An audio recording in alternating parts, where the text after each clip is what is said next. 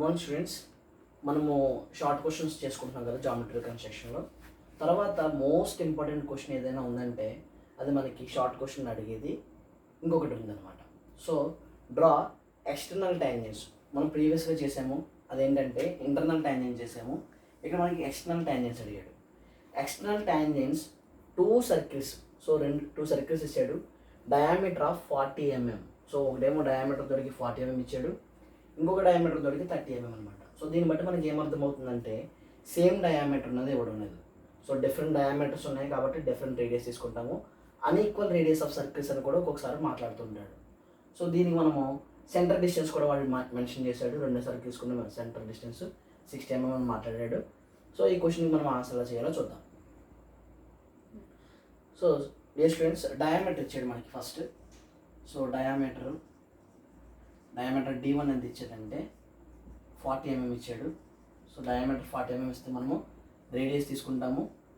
So radius R1 ఎంత అవుతుందంటే మనకి 40/2 D/2, సో 20 mm అవుతుంది. తర్వాత అన్ఈక్వల్ రేడియస్ ఆఫ్ సర్కిల్స్ కాబట్టి ఇంకొక డయామీటర్ ఇచ్చాడు, second diameter D2 is equal to 30 mm అని మెన్షన్ చేశాడు. సో దీనికి రేడియస్ R2 తీసుకుంటాము. 30/2 చేస్తే ఎంత వచ్చిందంటే 15 mm వచ్చింది. ఈ రెండింటికి మధ్య సెంట్రల్ డిస్టెన్స్ కూడా ఇచ్చాడు. ఫస్ట్ ఆఫ్ ఆల్ మనం ఏం చేస్తామంటే R1 అనే రేడియస్ ఏదైతే ఉందో R1 రేడియస్తో ఒక సర్కిల్ డ్రా చేసుకుంటాం. మనం R1 రేడియస్ 20 mm తో ఒక సర్కిల్ డ్రా చేసుకుంటాము. దీని సెంటర్ ఏమనుకుంటామంటే O1 అని అనుకుంటాము.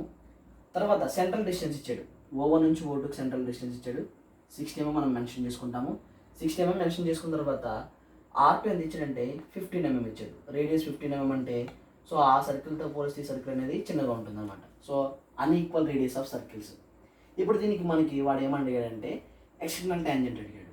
ఎక్స్టర్నల్ ట్యాంజెంట్ డ్రా చేయాలంటే ముందుగా మనం ఏం చేద్దామంటే సో దీన్ని O2 అనుకుంటాము. మోర్ దెన్ హాఫ్ తీసుకుని హాఫ్ అంటే ఇది, మోర్ దెన్ హాఫ్ అంటే మనం ఎంత తీసుకోవచ్చు. O1 సెంటర్ చేసి పైన ఒక ఆర్కు కింద ఒక ఆర్కు కట్ చేస్తాము.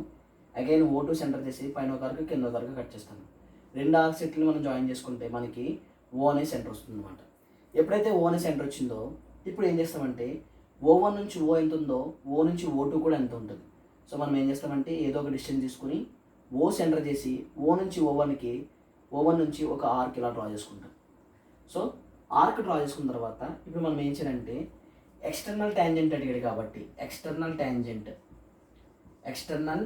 ట్యాంజెంట్ అడిగాడు కాబట్టి మనం చేయవలసింది ఏంటంటే R1 మైనస్ R2 చేయాలి. R1 వచ్చేటప్పటికి 20 mm, R2 వచ్చేటప్పటికి 15 mm. సో మనం చేసుకుంటే ఎంత వచ్చిందంటే 5 mm వస్తుంది. అది ఇంటర్నల్ ట్యాంజెంట్ అడిగితే మనకి ఇక్కడే డిఫరెన్స్ వస్తుంది, R1 ప్లస్ R2 తీసుకుంటాము. సో ఎక్స్టర్నల్ ట్యాంజెంట్ కాబట్టి R1 మైనస్ R2 తీసుకుని ఏదైతే మనకి వాల్యూ వచ్చిందో 5 mm ఆ వాల్యూతో O1 సెంటర్ చేసి ఒక సెమీ సర్కిల్ డ్రా చేసుకుంటాం. సెమీ సర్కిల్ డ్రా చేసుకున్న తర్వాత మనము ఇనీషియల్గా డ్రా చేసిన ఆర్క్ని అది ఎక్కడైతే కట్ చేసిందో దాన్ని ఏ పాయింట్ అనుకుని O1 O2 ఏదైతే మాదిరిగా ఉందో అదే మాదిరిగా ఒక ప్యారలైన్ డ్రా చేసుకుంటాం. డ్రా చేసుకున్న తర్వాత ఇక్కడ మనం ప్రొట్రాక్టర్ ప్లేస్ చేసుకుని ప్రొట్రాక్టర్ నుంచి 90 degrees సర్కిల్ మీదకి పెడతాం. 90 degrees సర్కిల్ మీద ఎక్కడైతే టచ్ అయిందో అది B అనుకుంటాం. అగైన్ ఇక్కడ ఏ మాదిరిగా అయితే 90 degrees మెన్షన్ చేసామో O2 నుంచి కూడా 90 degrees మనం మెన్షన్ చేసుకుంటాము. సో మనం వెర్టికల్గా ప్రొజెక్ట్ చేసుకుంటాము 90 degrees మీద, దాన్ని C పాయింట్ అనుకుంటాం. ఇప్పుడు మనం ఏం చేస్తామంటే మనకి ఎక్స్టర్నల్ ట్యాంజెంట్ కావాలంటే B పాయింట్ C పాయింట్ ఏదైతే ఉందో ఆ B పాయింట్ని C పాయింట్ని రెండింటిని జాయిన్ చేస్తూ సర్కిల్ టచ్ అవుతూ వెళ్ళేలాగా మనం ఏం చేస్తామంటే ఒక ట్యాంజెంట్ డ్రా చేసుకుంటాము. అదే మనకి ఏమవుతుందంటే ఎక్స్టర్నల్ ట్యాంజెంట్ అవుతుంది. సో అంతా కంప్లీట్ అయిపోయిన తర్వాత మనం ఏం చేస్తామంటే ఫైనల్గా డైమెన్షనింగ్ చేసుకుంటాం. డైమెన్షనింగ్ ఇది ఎంత అంటే R20 mm అని రాయకూడదు, R20. అగైన్ తర్వాత ఈ సర్కిల్ యొక్క రేడియస్ కూడా తెలుసు కాబట్టి R15 అని ఇస్తాము. తర్వాత మనకి ఈ పాయింట్ నుంచి ఈ పాయింట్ వరకు మనకి సెంట్రల్ డిస్టెన్స్ ఇచ్చేది కాబట్టి ఆ సెంట్రల్ డిస్టెన్స్ కూడా మనం ఏం చేస్తామంటే ఇక్కడ మనం డైమెన్షనింగ్లో మెన్షన్ చేసుకుంటాం. సెంట్రల్ డిస్టెన్స్ వచ్చేటికి 60 mm ఇచ్చాడు. 60 mm అంటే మనం రాయకూడదు, జస్ట్ 60 పెడితే సరిపోతుంది. సో దీనికి ఆన్సర్ ఇది అవుతుంది. Thank you.